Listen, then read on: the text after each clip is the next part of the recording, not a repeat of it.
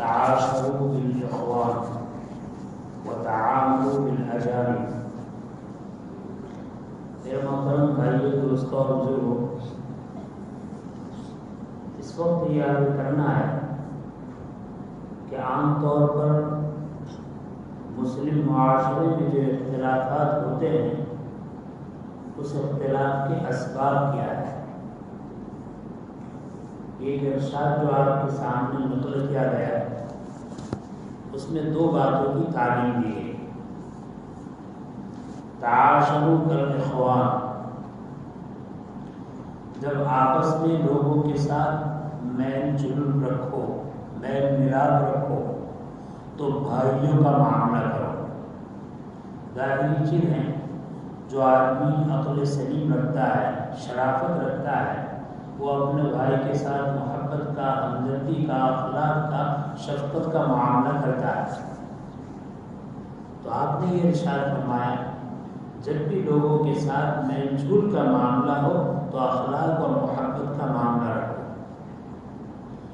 یہ اخلاق، نرمی اور محبت ایسی چیز ہے جو آپس کے اختلافات کو ختم کرنے والی ہے، آپس کے تعلقات کو مضبوط کرنے والی ہے۔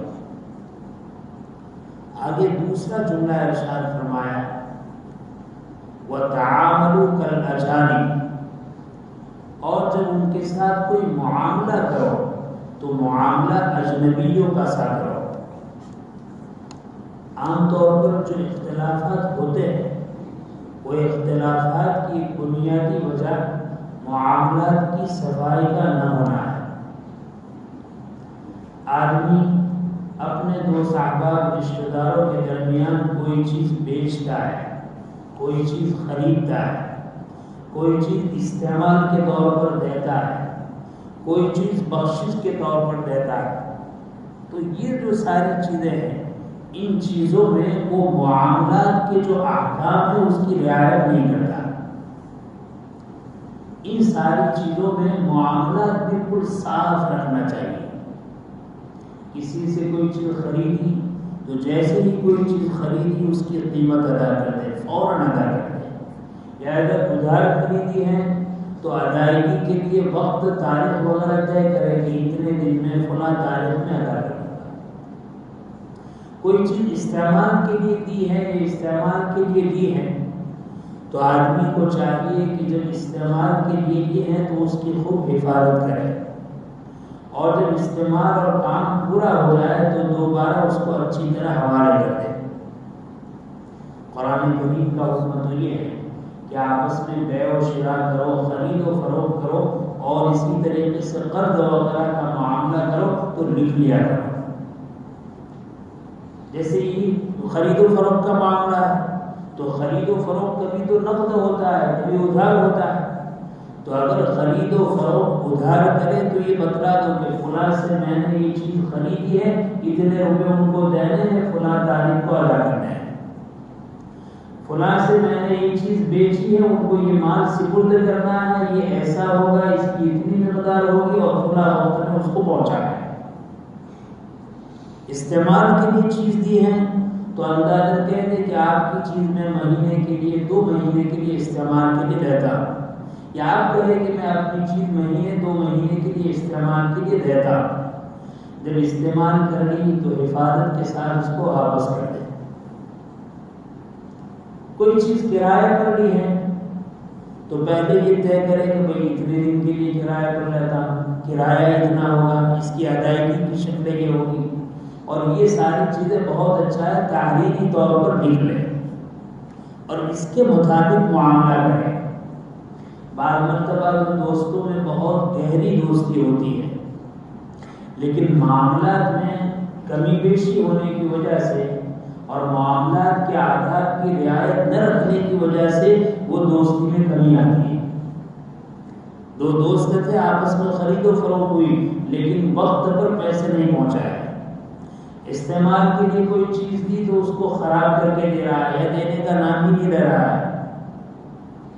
کرایہ پر کوئی چیز دی تو کرایہ طے نہیں کر رہا ہے، آپس میں دیکھ لیں گے، یہ دیکھ لیں گے، یہ اچھی چیز نہیں ہے۔ بھائی آپ کا مکان ہے، مجھے کرایہ پہ چاہیے، اب آپ میرے دوست ہیں، آپ میرے بھائی رہیے، پھر دیکھ لیں گے، یہ غلط ہے۔ صاف بات ہونی چاہیے، یہ مکان ہے، اس کا اتنا کرایہ ہے، اس طور پر ادا کرنا ہے، یا یہ مکان ہے اتنے مہینے کے لیے آپ کو اسی لیے ایسے ہی مفت میں رہنے دیا ہے۔ معاملات کی صفائی۔ اسی طرح کسی کو قرض دیا ہے، کسی کے قرض دیا ہے تو لکھ لے کہ فلاں صاحب کو اتنا قرض دیا ہے، اس کو ادا کرنے کی یہ شکل ہے، ہر مہینے اتنا ادا کریں گے یا ایک ساتھ فلاں تاریخ کو اتنا ادا کریں گے۔ یا کسی سے قرض لیا ہے تو یہ بھی لکھ لے کہ میں نے فلاں سے قرض لیا ہے، اتنی تاریخ کو اتنے مہینے پر ادا کرنا ہے۔ یہ جو معاملات کی صفائی نہیں ہوتی، یہ معاملات کی صفائی نہ ہونے کی وجہ سے بہت پرانے تعلقات، بہت پرانی رشتہ داریاں دھیرے دھیرے دیمک کی طرح اس میں کمی آتی ہے، ادیش جسے بولتے ہیں، اور وہ کمی ایسی آتی ہے کہ ایک وقت آتا ہے کہ رشتہ داری بھی ختم اور دوستداری بھی ختم۔ اسی طرح شریعت اسلام نے دوسرا سبب بیان کیا ہے، میراث۔ آدمی اپنے اہل و عیال کے ساتھ ساتھ میں رہتا ہے، باپ موجود ہے، باپ نے کوئی کاروبار شروع کیا، شرکت، اب باپ نے کاروبار شروع کیا، تھوڑے عرصے کے بعد بیٹا بھی اس میں شریک ہوا، بیٹا بھی محنت کر رہا ہے، ضرورت کے مطابق باپ بھی اس سے لیتا ہے، بیٹا بھی اس سے لیتا ہے، لیکن صفائی وضاحت نہیں کہ بھئی یہ مل کر یہ فیکٹری، یہ دکان باپ کی ہے یا باپ بیٹے دونوں کی ہے۔ باپ نے محنت کی شروع کیا، پھر بیٹے نے بھی اپنی محنت لگائی، اپنا سرمایہ اس میں لگایا، لیکن کوئی وضاحت نہیں۔ اس کے بعد دوسرے بیٹے نے چند مہینے کے بعد سرمایہ لگایا، تیسرے بیٹے نے لگایا، لیکن وضاحت کچھ نہیں ہے، صفائی کچھ نہیں کہ اصل مالک کون ہے۔ یہ جو بیٹے کام کر رہے ہیں، یہ بیٹے باپ کی مدد کر رہے ہیں، یا یہ بیٹے پارٹنر بن رہے ہیں، شریک بن رہے ہیں، یا یہ بیٹے ملازم کی حیثیت سے نوکری کر رہے ہیں کہ ان کی اتنی تنخواہ متعین ہوئی، کوئی وضاحت نہیں۔ پہلے تو کام چلتا رہتا ہے، آہستہ آہستہ بیٹے بڑے ہوتے ہیں، بڑے ہونے کے بعد ان کی شادیاں ہوتی ہیں، پھر ان کے یہاں بچے ہوتے ہیں، ہر ایک کے اخراجات بڑھتے ہیں، پھر اس کے بعد اختلاف ہوتا ہے، فلاں بھائی زیادہ لے رہا ہے، فلاں کو کم دے رہا ہے، باپ اتنا لے رہا ہے، یہ وضاحت کچھ نہیں۔ اب اس کے بعد باپ کہتا ہے یہ تو سب میرا ہے، جھگڑوں پر، بیٹا کہتا ہے کہ میں نے بھی اتنا دیا تھا، میں نے بھی یہ کیا تھا، میں نے بھی یہ محنت کی، وضاحت نہیں۔ حالانکہ پہلے سے وضاحت ہونی چاہیے کہ باپ نے ایک کاروبار شروع کیا، باپ نے ایک فیکٹری لگائی، ایک دکان چالو کی، اب اس میں جو بیٹا آیا ہے تو بیٹا وضاحت کرے کہ ابا جان میں آپ کی مدد کر رہا ہوں، یا ابا جان میں آپ کے ساتھ پارٹنر بننا چاہتا ہوں، یا ابا جان میری کوئی تنخواہ ہونی چاہیے، یا باپ خود طے کرے کہ بھائی تو آ رہا ہے، مدد کر رہا ہے تو تیری حیثیت مددگار کی ہوگی، یا تیری حیثیت تنخواہ دار کی ہوگی۔ ہاں تو بیٹا ہے، تجھے دوسرے کے مقابلے میں تنخواہ زیادہ رہے گی، سہولت زیادہ رہے گی، تو بیٹا ہے تیرے ساتھ شرکت کا معاملہ، اس طرح وضاحت ہونی چاہیے۔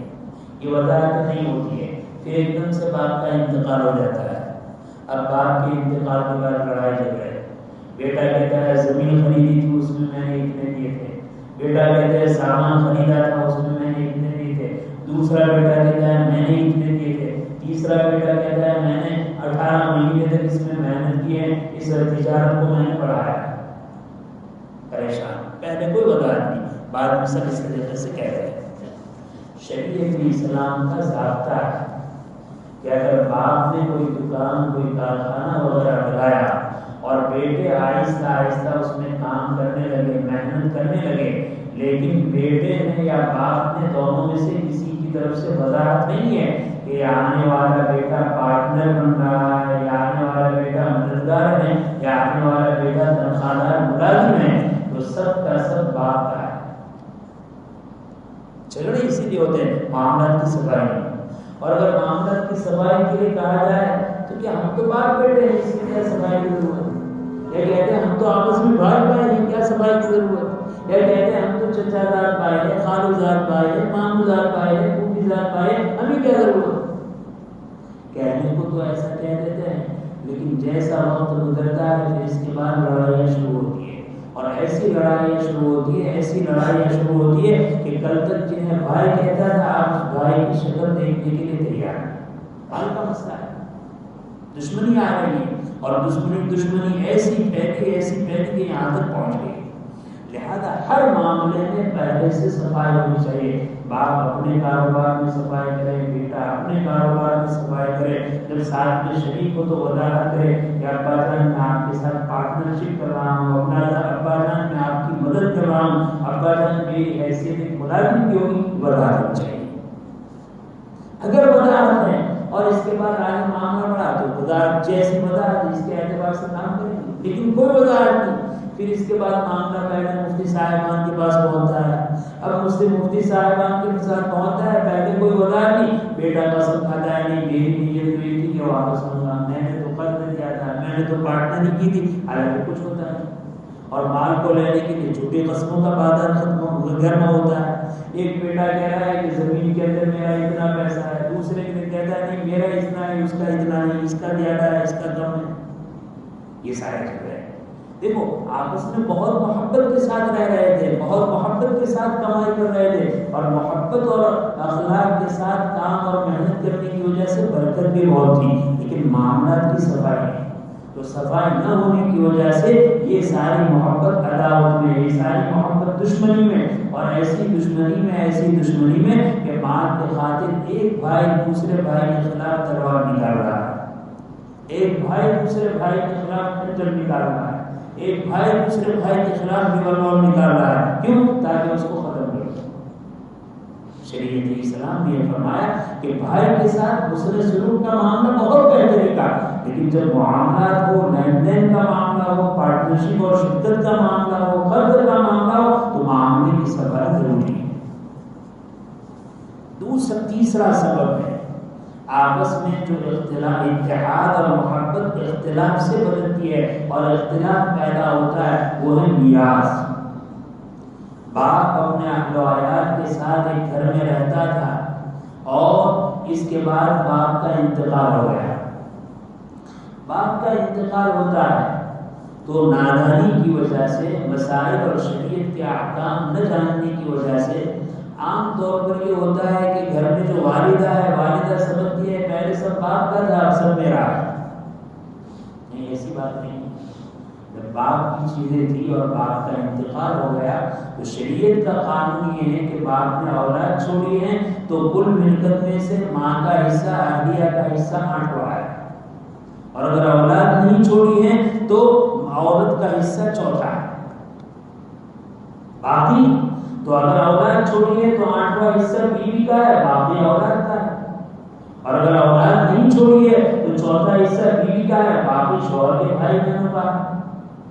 یہ شریعت کا، لیکن عام طور پر ناواقفیت ہے، اس ناواقفیت کی وجہ سے شوہر کے انتقال کے بعد عام طور پر عورتیں یہ سمجھتی ہیں کہ میرے شوہر کا انتقال ہوا، اب اس کا گھر، اس کی ساری جائیداد، اس کی ساری ملکت، یہ سب میری ہے۔ اگر اس طرح سمجھے اور اس کے بعد دوسری اولاد کے حقوق کو ادا نہ کرے تو یہ بیچاری نادانی اور ناسمجھی میں اپنے پیٹ میں حرام غذا ڈال رہی ہے۔ بچوں کا حق مارا جا رہا ہے، بچی کا حق مارا جا رہا ہے، اور اگر اس کی اولاد نہیں ہے تو شوہر کے بھائی بہنوں کا، شوہر کے دوسرے ورثاء کا حق مارا جا رہا ہے، اور یہ بیچاری سمجھتی ہے کہ سب کچھ میرے شوہر کا، شوہر کے بعد میرا۔ اگر کوئی جاننے والا اس کی اولاد کو کہے کہ بھئی اب تمہارے باپ کا انتقال ہوا ہے، میراث تقسیم ہونی جانی چاہیے، تو یہ کیسی بات کرتے ہو؟ ماں تو زندہ ہے، ماں کے ہوتے ہوئے میراث تقسیم ہوتی ہے۔ یعنی جہالت اور نادانی کی وجہ سے بیچاری ماں بھی یہ سمجھتی ہے کہ سب کچھ میرا ہے، اور بھائی بہن جہالت کی وجہ سے یہ سمجھتے ہیں کہ مارتے ہوئے میراث تقسیم کرنا یہ جرم ہے، حالانکہ یہ جرم نہیں، یہ شریعت کا حکم ہے۔ اور شریعت تو اتنی تاکید کرتی ہے کہ انتقال کے بعد جیسے ہی تجویز و تکفین سے فارغ ہو جائے، اگر غم ہے تو 3 دن، چوتھے دن بیٹھ جاؤ، اور اگر تجویز و تکفین کے بعد فوراً بھی بیٹھ گئے تو کوئی حرج کی بات نہیں، کوئی برا نہیں۔ لیکن اگر باپ کا انتقال ہو گیا، ماں کا انتقال ہو گیا، بھائی بہن آپس میں اور کہتے ہیں میراث تقسیم کر لو، تو کیسی بات کرتے ہیں؟ ابھی تو جس باپ کو، جس ماں کو دفن کیا ہے اس کا دفن بھی میرا نہیں ہوا، اس سے پہلے میراث، یہ تو غیریت کی بات ہے، اجنبیت کی بات ہے، ہم کوئی دوسرے برائے تھوڑے، یہ تو سب ہمارے اپنے، اس طرح کہا مشترکہ طور پر سب اڑاتے ہیں، پھر اس کے بعد جھگڑا پیدا ہوتا ہے، فتنہ پیدا ہوتا ہے۔ اگر انتقال کے بعد 2 دن پر بیٹھ گئے، 1 دن پر بیٹھ گئے، تو اگر اختلاف ہوگا تو 1%، پھر جتنے دن بڑھیں گے اختلاف بڑھتا جائے گا، یہاں تک کہ مہینے کے بعد 30% اور 6 مہینے کے بعد 60% اور سال کے بعد تو 100%۔ کبھی یہ ہوتا ہے کہ باپ کا انتقال ہو گیا، گھر میں بڑا بھائی ہے، بڑا بھائی سمجھتا ہے کہ باپ کے انتقال کے بعد سب میرا ہے، نہ چھوٹے بھائیوں کا ہے نہ بہنوں کا ہے۔ دادا کا انتقال ہو گیا اور جسمار خان ہے بے پوتا، تو کہتا ہے کہ پھوپھیوں کا کوئی حق نہیں، اور اب تو جہاں دیکھو ایک ہی بات، ہماری پھوئیں معاف کر دیں لو، ہماری بہنیں معاف کر دیں لو، جہاں دیکھو یہی بات، ہمیں بخشش دینی تھی یا ہمیں معاف کر دیا تھا۔ بیچاری اس پھوپھی کی روح کو معلوم نہیں ہے، اس بیٹی کو معلوم نہیں ہے، بہن کو معلوم نہیں کہ ہم نے معاف کیا، اور یہ کہہ رہا ہے کہ معاف کر دیا، دے دے دو۔ یہ بہت غلط طریقہ ہے۔ میراث میں ایک چمچ میں میراث ہے، ہمارے اقدار اس کا کتنا احتیاط کرتے ہیں۔ مفتی اعظم پاکستان حضرت مولانا مفتی شفیع صاحب رحمۃ اللہ علیہ کا انتقال ہوا۔ جس دن انتقال ہوا، ابھی جنازہ گھر میں ہے، حضرت مفتی تقی صاحب فرماتے ہیں کہ میرے شیخ حضرت ڈاکٹر عارفی رحمۃ اللہ علیہ ہمارے گھر تشریف لائے، والد صاحب کے ساتھ بہت اچھے تعلق تھے، تو تعلق کی وجہ سے ان کے انتقال کی وجہ سے بہت غم تھا۔ آدمی کو جس سے جتنا زیادہ تعلق ہوتا ہے اس کے انتقال پر غم ہوتا ہے، بری چیز نہیں ہے، غم ہے، فطری چیز ہے۔ نبی کریم صلی اللہ علیہ وسلم کے بیٹے حضرت ابراہیم کا انتقال ہوا، آپ گئے اور اس کو گود میں اٹھایا، آپ کی آنکھوں سے آنسو بہ رہے تھے۔ بعض صحابہ نے دیکھا تو حیرت کی، یا رسول اللہ آپ بھی رو رہے ہیں؟ تو نبی کریم صلی اللہ علیہ وسلم نے فرمایا یہ اللہ کی طرف سے خاص رحمت ہے جو اللہ نے اپنے بندوں میں رکھی ہے۔ محبت بہت اچھی چیز ہے۔ لہٰذا کوئی آدمی کہے کہ ماشاءاللہ ایسا پتھر نہیں ہو کہ باپ کا انتقال ہوا رونا نہیں آیا، باپ کا انتقال ہوا رونا نہیں آیا، نہ بیٹے نوجوان انتقال کر گئے رونا نہیں آیا، چھوٹے چھوٹے بچے اور بچیاں انتقال کر گئے رونا نہیں آیا، یہ کوئی کمال کی بات نہیں، یہ پتھر دل ہے، یہ غلط قسم کا آدمی ہے۔ غم نہ آئے، غم کی چیز پر شریعت ایسا مطلب نہیں۔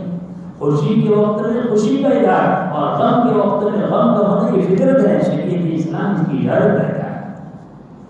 حضرت زینب رضی اللہ تعالیٰ عنہ کی بیٹی بالکل موت کے دہانے پہنچ رہی ہے، آپ نے ایک آدمی کو بھیجا صلی اللہ علیہ وسلم کی خدمت میں، بھیجا ابا کو کہو کہ بیٹی بہت بیمار ہے، تشریف لائی ہے۔ جب یہ اطلاع ملی تو نبی کریم صلی اللہ علیہ وسلم نے تسلی دی، بیٹی اللہ کی نعمت ہے، اللہ نے دی، اللہ کے صبر سے کام ہے۔ آخر وہ بھی تو بیٹی تھی، اپنے خبر لانے والے اسلام کے باپ کو جا کر قسم دے کر کہو کہ زینب بلا رہی ہے، بیٹی کو یاد ہے وہ باپ سے ناز برداری کرے۔ نبی کریم صلی اللہ علیہ وسلم کی خدمت میں 2 بار قاصد آیا اور کہا آپ کی بیٹی قسم دے کر بلا رہی ہے۔ نبی کریم صلی اللہ علیہ وسلم اپنے صحابہ کے ساتھ گئے، بیٹی کو دیکھا، جانکنی کا عالم ہے، روح نکلنے کا وقت ہے، ہاتھ میں اٹھایا اور دیکھا تھوڑی ہی دیر میں اس کی روح پرواز ہوئی، آپ صلی اللہ علیہ وسلم کی آنکھوں سے آنسو جاری ہوئے۔ غالباً معاذ بن زرارہ یا معاذ بن اسد رضی اللہ تعالیٰ عنہ، ان کا یا رسول اللہ آپ بھی روتے ہیں؟ یعنی وہ لوگ سمجھتے تھے کہ بچے کے انتقال پر رونا بری چیز ہے، تو آپ بھی روتے ہیں؟ تاکہ اللہ کی رحمت ہے، اللہ کی طرف سے شفقت ہے، اللہ جس کے دل میں چاہتا ہے رکھتا ہے، اگر تمہارے دل میں شفقت نہ ہو تو نہیں کرتا۔ میں یہ کہہ رہا تھا کہ اس طریقے سے انتقال ہو جاتا ہے۔ انتقال میں سنا رہا تھا حضرت مفتی صاحب کا واقعہ کہ حضرت مفتی صاحب رحمۃ اللہ علیہ کا انتقال ہوا، جنازہ گھر میں اور ڈاکٹر صاحب تشریف لائے، تعلقات اور دوستی کی وجہ سے بہت زیادہ غم بھی ہے، اور ڈاکٹر صاحب عمر رسیدہ ہے، بڑی عمر کے ہیں، تو بڑی عمر کا آدمی اور غم ہو تو اور زیادہ کمزوری آ جاتی ہے، بہت زیادہ کمزوری ہے۔ حضرت مفتی تقی صاحب فرماتے ہیں کہ ہم نے والد صاحب کے لیے قوت کا ایک خمیرہ تھا، وہ خمیرہ کی بیٹیاں لا کر دی کہ حضرت اس کو کچھ کھائیے تاکہ آپ کے بدن میں قوت آئے۔ کون کہہ رہا ہے؟ وقت کے فقیہ کا بیٹا، بہت بڑا عالم اور مفتی، یہ کہہ رہا ہے۔ ڈاکٹر صاحب بظاہر سند یافتہ عالم نہیں ہے لیکن بزرگوں کی تربیت یافتہ ہے۔ ڈاکٹر عارفی صاحب فرمانے لگے بیٹو والد صاحب کے انتقال کے بعد اب والد کی چیز والد کی نہیں، سارے ورثہ کی ہے، اور ورثہ کی چیز کو ان کی اجازت کے بغیر کھانا میرے لیے جائز نہیں۔ ایک خمیرہ دوا ہے، اس کی تقسیم بھی کیا ہوگی؟ وہ تو جو مریض ہوگا وہ استعمال کرے گا، کمزور ہوگا اس میں، لیکن مسئلہ یہ ہے کہ جب مریض کی ملک میں ہے، اس کے انتقال کے بعد وہ کس کی ملک میں؟ اس کے سارے ورثہ کی ملک میں جائے گا، لہذا ورثہ کی اجازت کے بعد تو کچھ کر سکتے ہیں، اجازت کے بغیر نہیں۔ بعض مرتبہ ایسا ہوتا ہے کہ گھر میں باپ کا ہے، ماں کا انتقال ہو گیا، اب ماں باپ کا انتقال ہوا تو ماں نے کہا یہ صدقہ، یہ خیرات، یہ مدرسے میں، یہ مسجد میں، یہ شفا خانے میں، یہ غریبوں کو، یہ فلاں کو، یہ فلاں، ایسارے ثواب، یہ ایسارے ثواب نہیں، یہ تو گناہ کا کام ہے۔ کیوں؟ اس لیے کہ باپ کے انتقال کے بعد اب اس نے جو چھوڑا ہے، اس کے بیٹے، اس کی بیٹیاں، اور اگر مرنے والا مرد ہے تو اس کی بیوی، مرنے والی بیوی ہے تو اس کا مرد، اس کے وارث ہیں، یہ تو ان کا مال ہے، تو کون آیا کہ سب خیرات کر رہا ہے؟ تجھے یہاں نہیں۔ شرعی اعتبار سے میراث تقسیم ہوگی، تیرے حصے میں جو آئے گا وہ ادا کرنا ٹھیک۔ فقہاء نے تو یہاں تک لکھا ہے کہ اگر باپ کا انتقال ہو گیا، اس کی وصیت نہیں ہے تو اس کے مال سے روزے اور نماز کا فدیہ دینا بھی جائز نہیں۔ یہ مسئلہ ہے، لیکن جہالت ہے، نادانی ہے، ناعقلیت ہے، اس وجہ سے آدمی ایسے سارے کام کرتا ہے۔ تو حضرت نے فرمایا کہ اس قبیلے کو کھانا میرے لیے جائز نہیں۔ حضرت مفتی تقی صاحب فرمانے لگے کہ حضرت اس وقت ہم سارے ورثہ موجود ہیں، مفتی صاحب کے سارے اولاد موجود ہیں، عادیاں موجود ہیں، اور سب عاقل بالغ ہے۔ معلوم اگر نابالغ ہے تو اس کی اجازت کافی نہیں۔ اگر ورثہ میں کوئی نابالغ ہے اور نابالغ کہے کہ میری طرف سے اجازت ہے، اس کی اجازت کا اعتبار نہیں، پہلے اس کے مال کو الگ کیا جائے گا۔ حضرت نے فرمایا کہ ہم سب عاقل بالغ ہیں اور بخوشی اجازت دیتے ہیں کہ آپ اس میں سے کھائیں گے۔ تب جا کر حضرت نے ایک چیز خبیرہ ہے، یہ میراث کا حال ہے۔ آج میراث کے اندر جتنی گڑبڑی ہو رہی ہے اس کی کوئی حد نہیں۔ کوئی آدمی نہیں چاہتا کہ میں میراث دوں، اور اگر بھائی نے بہن کو جتنا ہوتا ہے اس میں سے 10واں حصہ دے دیا تو وہ سینہ بلاتا ہے کہ میں نے اپنی بہن کو حصہ دے دیا۔ ارے 9 حصے تو کھا گیا، ہضم کر گیا، ڈکار تک نہیں دی، اور 1 حصہ دیا اور احسان کر رہا ہے کہ میں نے اپنی بہن کو حصہ دیا۔ اچھے دیندار لوگ، تقویٰ والے جو سمجھے جاتے ہیں، دیندار سمجھے جاتے ہیں، ان کے حالات ہیں کہ دادا کی میراث تقسیم ہوئی تو پھوپھی کو لگتا ہے 10 لاکھ روپے، 50,000 دے دیے، کوئی آپ کو دے دو، باقی کسی کو شکر کی میں نے معاف کر دو، اور بتایا بھی نہیں کہ تمہارے 10 لاکھ ہو رہے ہیں، اور 50,000 روپے دے دیے، اور کہا کوئی نہیں دے دی جوڑ۔ پھر کہتا ہے ہم نے تو پھوپھی کو حصہ دیا، گھر دیا، کھایا کتنا ہوگا بتا، ہضم کتنا کیا، ہڑپ کتنا کیا، آرام کا کتنا گھسایا اپنے پیٹ میں، وہ پہلے بتا پھر بعد میں بتا۔ میراث کھاتے ہیں بہن کی، بھائی کی، چچا کی، پھوپھی کی، اور اس کے بعد عمرے پر عمرے، چلے پر چلے، اور پھر علماء کی دعوت ہے، علماء کو، اور علماء کو عمرے میں بھیجا جا رہا ہے۔ کوئی کام نہیں، یہ سب گناہ کے کام ہیں، یہ شریعت کے کام نہیں ہے۔ شریعت تو یہ کہتی ہے کہ جس کا حق ہے پہلے اس کو ادا کرو، تمہارے حق میں جو آئے اس سے اپنی جتنی عبادت کرنا ہو، جتنا اثار ثواب کرنا ہو۔ اب تو مصیبت ہے، رشتہ داروں کی ہمارے پاس زمین ہے، ہم اس کے مالک نہیں ہیں، رشتہ دار چاہتے ہیں کہ اس کو بیچے تو کہتے ہیں ہمارا قبضوں سے ہمیں نہیں چھوڑوانا، ہم انہیں جو ہے آپ مانگ سکتے ہیں، کہہ سکتے ہیں، لیکن اگر وارثدار نہ دے آپ زبردستی نہیں کر سکتے۔ باقاعدہ پیپروں میں شائع کیا جاتا ہے کہ امین قبضے دار سے کوئی لے نہیں سکے، حرام کا قبضہ ہے۔ گدا جب انتقال کرے گا قبر میں ڈنڈے پڑیں گے تو تجھے پتا چلے گا تیرا قبضہ کیا ہے، کیا قبضہ ہوتا ہے۔ پھر کیا کہتے ہیں آج تک میں حاصل ہوں، آج تک جھگوڑا نہیں دیکھا، آج تک آیا نہیں دیکھا، کیا میں نے چوکی کی اس کی روزانہ جا کر پہرا ڈالا تھا زمین کا، روزانہ پہرا ڈالا تھا گھر کا۔ ارے تو نے کچھ نہیں کیا، تو نے تو زمین کو استعمال کیا ہے، زمین سے غلہ کھایا ہے، گھر میں رہ رہا ہے، گھر سے فائدہ اٹھایا ہے، اور دینے کا ہوتا ہے تو کہہ رہا ہے کہ میں نے حفاظت کی۔ کیا حفاظت؟ اگر کسی آدمی کا وہ اس کا مالک ہے، تمہارا قبضہ 100 سال کا ہو، مانگے تو ایک زبان پر دے دینا تمہارے لیے فرض ہے۔ اگر تم نے نہیں دیا، زبردستی کی، اب تو اس سے کھا رہے ہیں حرام ہے، یہ حرام کا پیٹ لقمہ پیٹ میں جا رہا ہے، اس کا کیا نقصان ہوگا؟ جب حرام کا لقمہ پیٹ میں جائے گا، کھانے والا مرد ہے اس کی بیوی اس کی نافرمانی کرے گی، کھانے والے ماں باپ ہیں اس کی اولاد اس کی نافرمانی کرے گی، کھانے والے انسان ہیں اس کے گھر کے حیوان اس کی نافرمانی کریں گے، اس کی اولاد تباہ و برباد ہو جائے گی۔ آدمی اس کا احساس ہی نہیں۔ ضرورت اس بات کی ہے کہ ہر صاحب حق میراث کے معاملے کو صاف کرے۔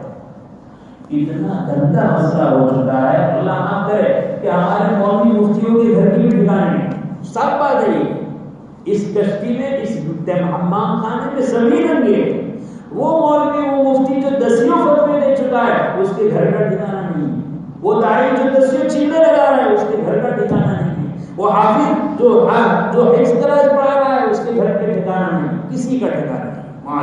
معاشرے میں اتنی گندگی ہے۔ سوچنا چاہیے کہ میراث کے معاملے میں ہم نے بے احتیاطی کی، ہمارے پیٹ میں حرام رشتہ جا رہا ہے۔ آج ہم نے قبضے ہونے کے ناطے، آج ہم نے دوسرے کی میراث دبانے کے ناطے، آج ہم نے دوسرے کا ہڑپ کرنے کے ناطے کھا لیا، آنکھیں بند ہوگی، فرشتوں کی طرف سے ڈنڈے پڑیں گے، تب آنکھیں کھلے گی کہ ہم نے دنیا میں کیا گوڑ مان کیا تھا، دنیا میں کیا غلطی کی تھی، دنیا میں کس کا ہڑپ کیا تھا، کس کا ہڑپ کیا تھا۔ ان چیزوں کو سمجھنے کی ضرورت ہے۔ یہی چیزیں ہیں میراث کی صفائی نہ ہونے کی وجہ سے گھر گھر میں چل رہا ہے، اور عام طور پر لوگ مسلمان یہ سمجھتے ہی نہیں کہ بہن کو بھی کوئی حق ہوتا ہے، اور بعض مرتبہ بہن سے پوچھتے ہیں بہن تیرے چھوئے، ایک کہ میں نے نہیں چھوئے، بس وہ بہن نے کہہ دیا نہیں چھوئے، وہ سمجھ کے سب معاف ہو گیا۔ ارے 136 مرتبہ کہے کہ مجھے نہیں چاہیے، اور 136 مرتبہ نہیں دے تب بھی اس کا حق معاف نہیں ہوگا۔ میراث سے دو اس کو، میں نے تمہیں بخشش کی، ابھی اس پر قبضہ ہی نہیں کیا ہے، ابھی اس کے ہاتھ میں آیا ہی نہیں، اور بخشش دے دے، بخشش بھی صحیح نہیں ہے۔ پھر بعد میں تو تنقید ہے، میں تو لے نہیں بچی تو آپ ہو جائے گا، دروازے تو چڑھ جائیں گے، کیا بات ہے؟ حرام کھانا، اور اس پر اتنی دیر حرام غصب کر رہا ہے، اور اس پر اتنی جرات کر رہا ہے۔ اللہ کے بندے، اللہ کی لاٹھی میں آواز نہیں ہے، تیرے اوپر جس کا حق ہے، چاہے میراث کے اعتبار سے تیری بہن کا ہو، چاہے میراث کے اعتبار سے تیری پھوپھی کا ہو، تجھے یاد کر کر کے دینا ضروری ہے۔ بعض مرتبہ تو ایسا ہوتا ہے، ایسا ہوا ہے، ایک مرتبہ ایک صاحب کا انتقال ہوا، انتقال کے بعد ان کا مسئلہ پوچھا گیا مفتی صاحب سے کہ بھئی کہ یہ ورثہ ان کو پہنچانا ہے۔ مفتی صاحب نے جواب دیا، جب وہ نیک صالح آدمی، وہ اچھے لوگ ان کی میراث لے کر بعد رشتہ داروں کے پاس پہنچے دور کے، تو رشتہ داروں نے کہا کہ ہمارے تو خیال اور تصور میں بھی نہیں تھا کہ یہ رشتے ہم اس کے وارثدار بنیں گے، یہ آپ کی امانت داری ہے کہ ہم وارثدار بنے، ہمیں تو معلوم بھی نہیں۔